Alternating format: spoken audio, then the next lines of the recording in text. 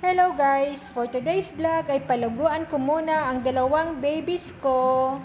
Di sila pwedeng pagsabayin sa isang bathroom kasi mag-aaway sila, lalo na si Oreo, palaaway yan. Kaya inuna ko muna si Milo.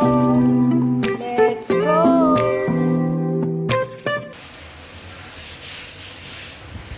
Lagi kong inuuna pag pinapaliguan ay si Milo. Kasi si Milo mahirap siyang dalhin dito sa taas kapag alam niyang papaliguan siya. Nangangagat pati yan sa akin. Ayaw na ayaw yan magpapakarga kapag alam niyang maliligo siya. Kaya dapat di niya malaman na papaliguan siya ngayon. Para makarga ko siya dito sa taas. Inutusan ko nga palang kargahin yan ni panganay. Kaya di niya alam na papaliguan. Kaya ayan na guys. Mabait siyang paliguan, hindi tulad ni Oreo. Si Oreo ang galaw niyang sa loob ng toilet. Ito napaka-behave niya. Tingnan niyo guys. Behave lang siya. Ang ayaw niya lang kasi yung alam niya na papaliguan siya. Talagang hindi namin yan mapakarga dito sa taas. Sa common bathroom. Kahit pa maghapon kayong hindi mag-imikan, hindi talaga yan magpapakarga sa'yo. Kaya dapat kapag maliligo siya, hindi niya alam. Yan ang style namin dito sa bahay. Ipapakarga ko yan kay Busing o kaya ipanganay para mapaliguan ko siya. Pero mabait naman si Milo. Kapag naliligo, mabait yan. Tingnan niyo, oh. Si Milo the Pogi. Mabait na mabait yan.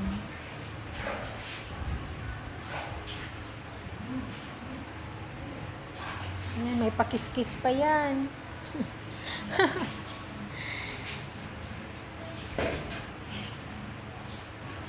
11 years old na pala yan si Milo sa amin. Binili yan 2 months old. Ang cute niya, ang taba-taba niya. Mixed breeding pala siya. Mixed breeding, Maltese at saka Poodle. Kaya ang tawag sa kanya ay Maltese po. Maltese at saka Poodle equals Maltese po. 11 years old. Matanda na siya kaya napaka-sensitive na ng skin niya. Kaya ang gamit kong shampoo sa kanila ay medicated shampoo.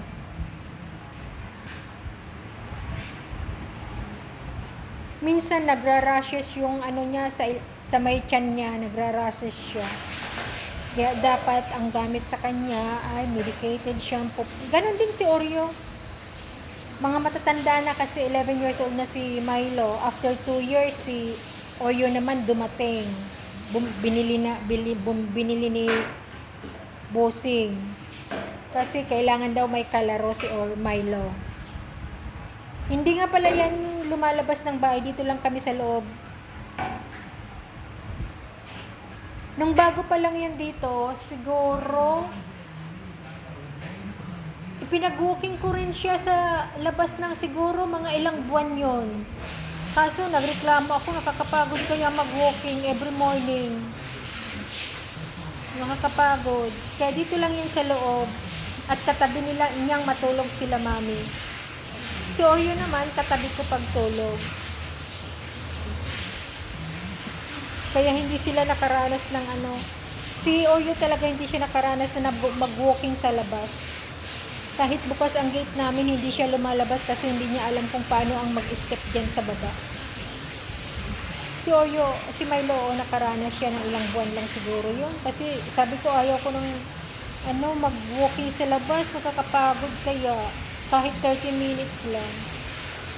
Masaya sana kasi maraming kaibigan siyang na-meet, maraming mga fur babies sa labas. Nag-birthday nga yan noon sa labas eh. Pinaghandaan namin sa labas. Marami siyang friends na mga fur babies din. Kaso talagang nakakapagod. Kaya dito lang kami sa loob.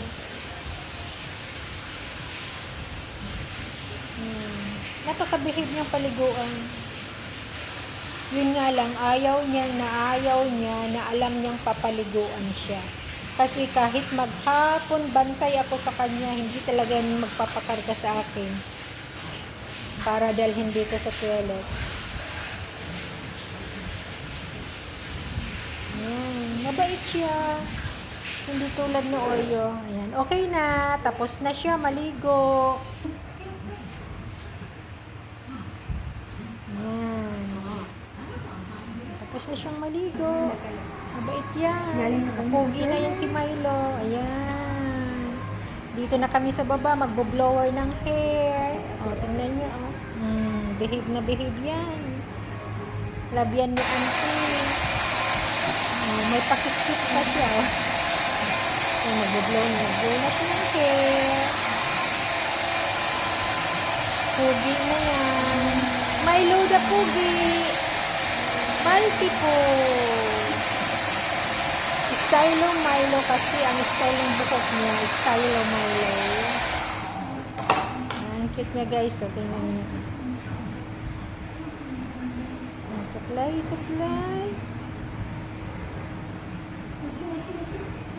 Pugi na yan. Baby na yan. Pugi na. Malinis na yan. Bukas kasi darating na sila mami at daddy. Kaya ayan. Kailangan maligo na. Pinapaliguan ko nga pala sila every after 6 days. Kasi di naman sila pwedeng paliguan araw-araw. Madadry yung skin nila. After 6 days sila naliligo. Ayan. Isunod na naman natin si Oreo. Nakita nyo guys, napakalaki ni Milo. May pakis-kis pa. Tapos na daw siya. Ayan, ngayon si Oreo naman. Si Oreo talagang ano siya, hindi siya mapakali kapag nasa loob ng toilet. Ang gaslaw niya. Malikot siyang maligo. Kaya pati ako basang-basa sa kanya.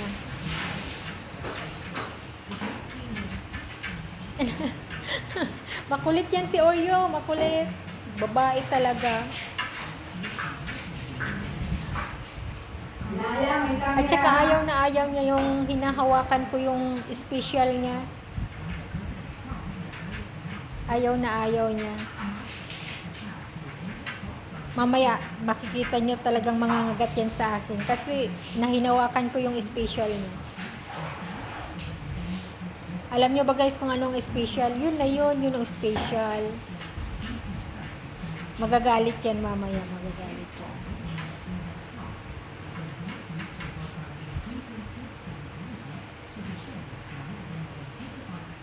Hindi siya marunong tumayo lang na yung yan, ganyan. Hindi siya marunong. Gusto niya yung nakatayo talaga, yung dalawang paa niya lang.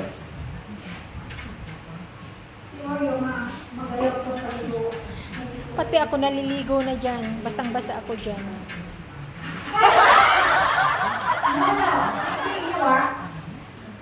Pero ang tingnan nyo guys, kinagat ako. Nanggigil na siya sa akin.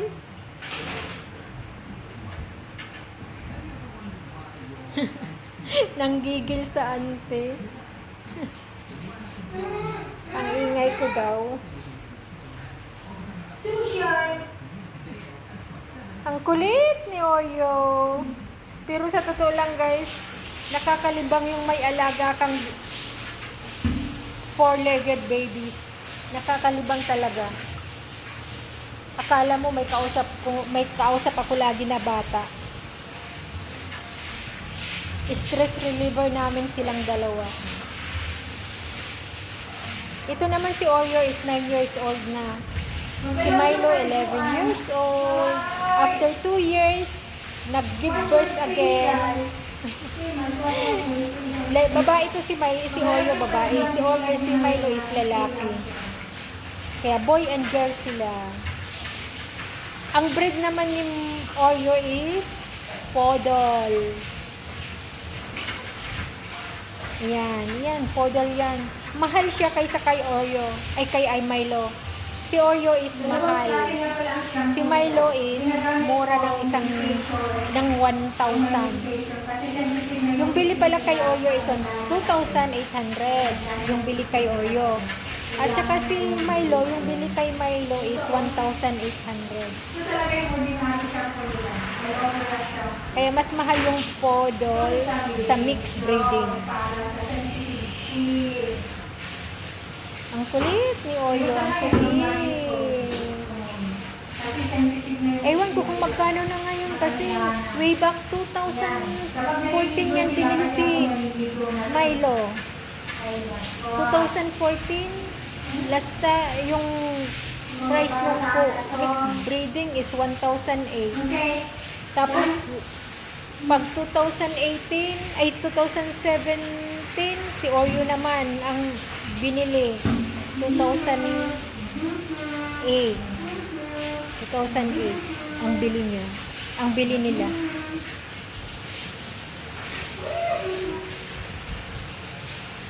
Pero promise, nakakalibang yung may alagang four-legged babies. Kaso nga lang, sobra pa sa babies, sa tunay na baby yung pag-alaga. Magastos talaga siya, magastos, promise.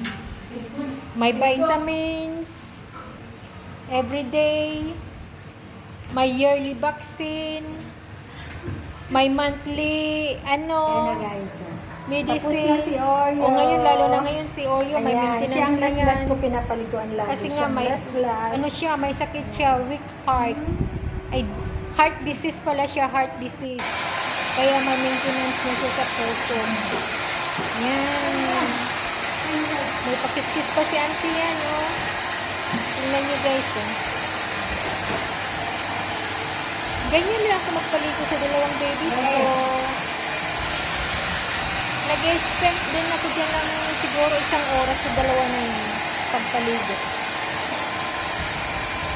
Ano siya nagkakanda? Kasi si Milo. Nakita niya kasi dyan si Milo. Dito na si Milo.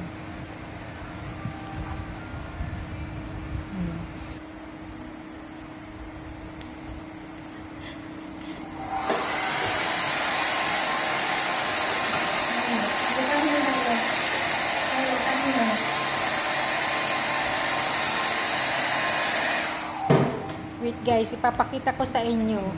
Pag inalisan ko na siya ng list. Ayan. Ng color. Idadambahin niya si Milo. Tingnan nyo guys.